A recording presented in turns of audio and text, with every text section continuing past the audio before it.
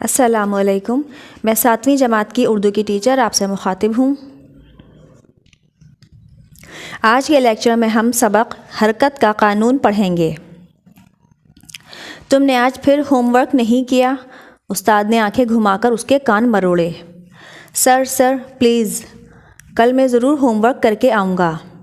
اس نے استاد سے معافی طلب کر کے انہیں مطمئن کر دیا اور سزا سے بچ گیا۔ لاؤبالی پن اس کی پرانی عادت تھی۔ وہ اپنے دوستوں سے کہتا کہ جانے کیوں اسے کاپیاں بھرنے سے کچھ چڑ سی ہوتی ہے، وہ کچھ اور کرنا چاہتا ہے۔ اسکول کے دوست اسے بدھو جانتے تھے۔ ہاں، چیزیں تیار کرنے کے معاملے میں اس کا ذہن بے حد تیزی سے کام کرتا تھا۔ چھوٹی سی عمر میں اس نے جو چیزیں تیار کیں ان میں ہوا کی مدد سے چلنے والی ایک پون چکی تھی جس میں گیہوں پیسا جا سکتا تھا۔ پانی کی قوت سے چلنے والا ایک آبی گھنٹا اس نے بنایا۔ ایک دھوپ گھڑی بنائی جو آج تک اس مکان میں بطور یادگار محفوظ ہے جس میں وہ پیدا ہوا تھا۔ اس طالب علم نے 14 برس کی عمر میں کیمبرج یونیورسٹی میں داخلہ لیا۔ اس کی مشہور کتاب پرنسپیا 1687 میں شائع ہوئی۔ کلاس روم میں کل بدھو کہلایا جانے والا طالب علم 1703 میں رائل سوسائٹی کا صدر منتخب ہوا اور وفات تک اسی عہدے پر فائز رہا۔ 1705 میں اس نے سر کا خطاب حاصل کیا۔ آپ کو علم ہے کہ یہ طالب علم کون تھا؟ اگر ہم اس کے سر پر درخت سے گرنے والے سیب کا ذکر کریں تو آپ کو فوراً یاد آ جائے گا کہ یہاں سر آئزیک نیوٹن کا ذکر ہو رہا ہے جس نے کشش ثقل کا اصول دریافت کیا۔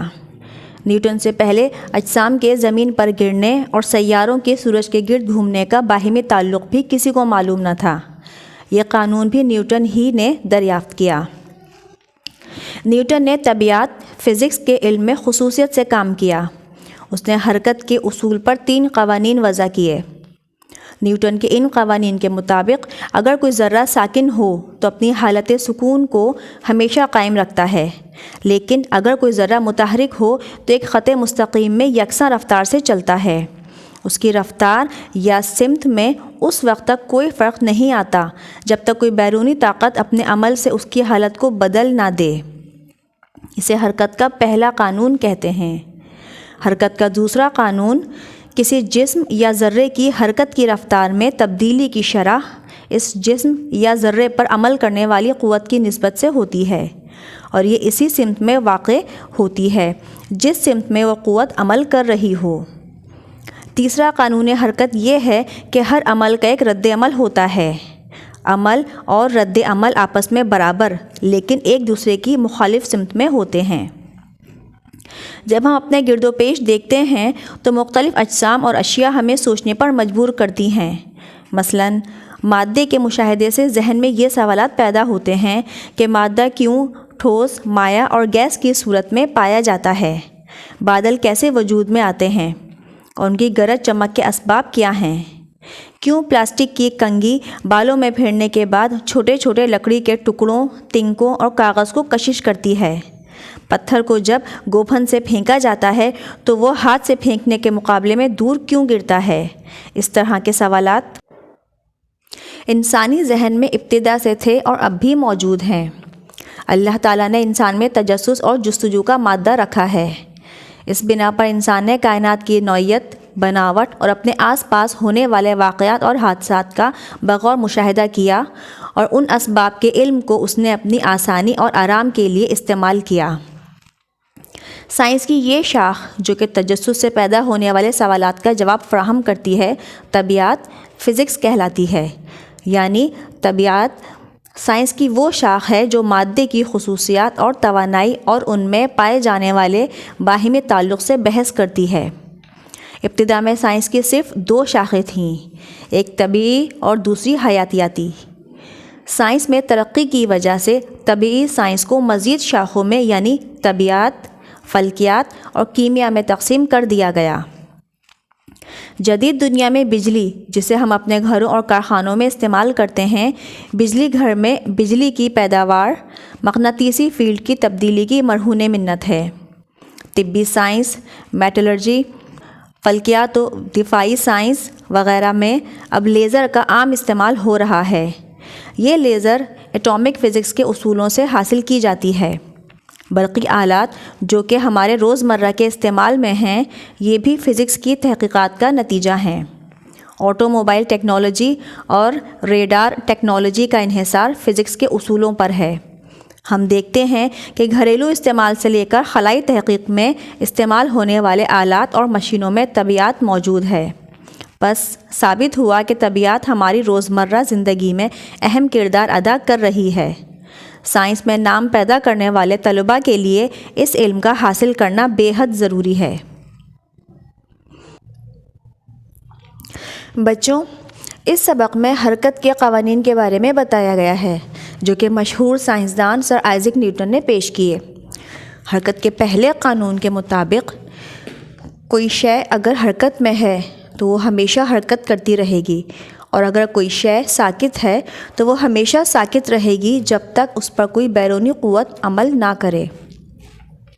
دوسرے قانون کے مطابق کسی جسم یا ذرے کی حرکت کی رفتار میں تبدیلی اس جسم پر لگائے جانے والی قوت کی نسبت سے ہوتی ہے۔ تیسرا قانون ہے ہر عمل کا ایک رد عمل ہوتا ہے۔ رد عمل آپس میں برابر لیکن ایک دوسرے کے مخالف سمت میں ہوتے ہیں۔ بچوں، اس کے علاوہ فزکس یعنی طبیعیات کی ایجادات ہماری زندگی میں اہم کردار ادا کر رہی ہیں۔ گھریلو استعمال سے لے کر خلائی تحقیق میں استعمال ہونے والے آلات اور مشینوں میں طبیعیات موجود ہے۔ اس لیے سائنس میں نام پیدا کرنے کے لیے طالب علم کا یہ علم حاصل کرنا ضروری ہے۔ بچوں، یہ اس سبق کے الفاظ معنی ہیں۔ الفاظ معنی کلاس ورک کاپی میں لکھنے کے لیے آپ سب سے پہلے تاریخ لکھیں گے، سبق کا نام لکھیں گے، حرکت کا قانون۔ اس کے بعد 2 کالم بنائیں گے، ایک کالم میں الفاظ اور دوسرے کالم میں اس کے معنی۔ پہلا لفظ ہے پون، جس کا مطلب ہے ہوا۔ وضع، بناوٹ، انحصار، آسرا رکھنا، بھروسہ کرنا۔ مرہون منت، احسان مند۔ ساکن، بے حرکت، ٹھہرا ہوا۔ لیکچر کا اگلا کام سوال جواب ہیں۔ سوال جواب کاپی میں لکھنے کے لیے آپ سب سے پہلے تاریخ لکھیں گے، اس کے بعد لکھیں سوالات کے جوابات لکھیے۔ سوال نمبر 1، حرکت کا قانون کس نے دریافت کیا؟ جواب، حرکت کا قانون آئزیک نیوٹن نے دریافت کیا۔ سوال نمبر 2، آئزیک نیوٹن نے کس یونیورسٹی سے تعلیم حاصل کی؟ جواب، آئزیک نیوٹن نے کیمبرج یونیورسٹی سے تعلیم حاصل کی۔ سوال نمبر 3، ابتدا میں سائنس کی کتنی شاخیں تھیں؟ جواب، ابتدا میں سائنس کی صرف 2 شاخیں تھیں، ایک طبعی اور دوسری حیاتیاتی۔ سوال نمبر 4، سائنس کی ترقی کے بعد اسے کون کون سی شاخوں میں تقسیم کیا گیا؟ جواب، سائنس کی ترقی کے بعد اسے طبیعیات، فلکیات اور کیمیا میں تقسیم کیا گیا۔ سوال نمبر 5، آئزیک نیوٹن کے گھر میں کون سی چیز یادگار کے طور پر اب بھی موجود ہے؟ جواب، آئزیک نیوٹن کے گھر میں دھوپ گھڑی یادگار کے طور پر اب بھی موجود ہے۔ اگلا کام کتاب کی مشق ہے۔ دیے گئے جملوں کی خالی جگہوں کو درست جوابات سے پر کیجیے۔ الف، آٹو موبائل ٹیکنالوجی اور ڈیش ٹیکنالوجی کا انحصار فزکس کے اصولوں پر ہے، اور خالی جگہ میں آئے گا ریڈار۔ ب، لاؤبالی پن اس کی ڈیش عادت تھی، پرانی۔ جیم، اس نے حرکت کے اصولوں پر ڈیش قوانین وضع کیے۔ 3، دال، پانی کی قوت سے چلنے والا ایک ڈیش اس نے بنایا، آبی گھنٹا۔ ہے، 1705 میں آئزیک نیوٹن نے ڈیش کا خطاب حاصل کیا، سر۔ اگلی مشق ہے، دیے گئے بیانات میں درست پر صحیح اور غلط پر غلط کا نشان لگائیے۔ الف، تیسرا قانون حرکت قوت کے ہر عمل کا ایک رد عمل ہوتا ہے، صحیح۔ ب، اس کی مشہور کتاب پرنسپیا 1987 میں شائع ہوئی، غلط۔ جیم، برقی آلات کیمیا کی تحقیقات کا نتیجہ ہیں، یہ غلط ہے۔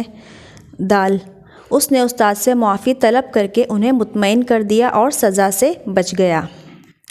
صحیح ہے، اسکول کے دوست اسے عقل مند جانتے تھے۔ غلط۔